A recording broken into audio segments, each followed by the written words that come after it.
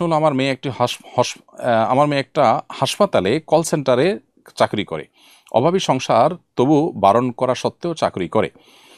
আহ, মেয়েদের জন্য রিসিপশন কিংবা কল সেন্টারে কাজ করা জায়েজ আছে কিনা? উত্তর হলো যে মেয়েদেরকে আল্লাহ তালা বলেছেন ওয়াকুলনা কওলা মারুফা, তারা মেয়েরা কথা বলবে, আল্লাহ বলেছেন কথা বলবে, কিন্তু সে কথাটা হবে স্বাভাবিক।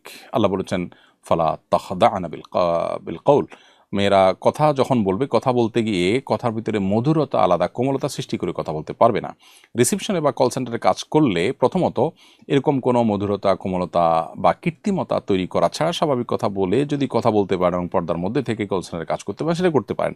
রিসিপশনের থেকে পর্দার মধ্যে আসলে কাজ করা কঠিন। অতএব তার পর্দা, তার শালীনতাকে সব কিছুর উপরে প্রায়োরিটি দিতে হবে।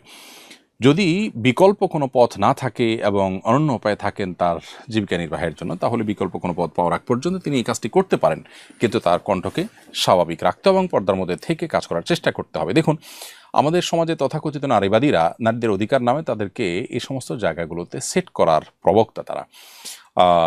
কেন রিসিপশনে একজন সুন্দরী তরুণী নারীকে বসানো হয় সেটি বোঝার জন্য পণ্ডিত হওয়ার প্রয়োজন নেই। সেখানে কোনো বৃদ্ধ, সেখানে কোনো নারী যিনি বৃদ্ধাশ্রমে গিয়ে আশ্রয় নিতে হয়েছে, অথচ তিনি কর্মক্ষম, এরকম কোনো নারীকে কেন অ্যালাউ করা হয় না? খুব স্পষ্টতই এখানে আসলে কাস্টমারদেরকে মনোরঞ্জনের জন্য একটা ব্যবস্থা করা হয়। এটা নারীর জন্য অনেক বড় অপমানের বিষয়, কিন্তু জেনেও আমরা না জানার ভান করছি এবং না বোঝার ভান করছি। এই জন্য ইসলাম একজন নারীর ব্যক্তিত্ব, একজন নারীর সম্ভ্রম এবং সম্মানকে, ইজ্জতকে সব কিছুর উপরে দেখে। এই জন্যই কিন্তু পর্দা বিধানটা আমাদেরকে আল্লাহ মেনে চলার জন্য নির্দেশ করেছেন।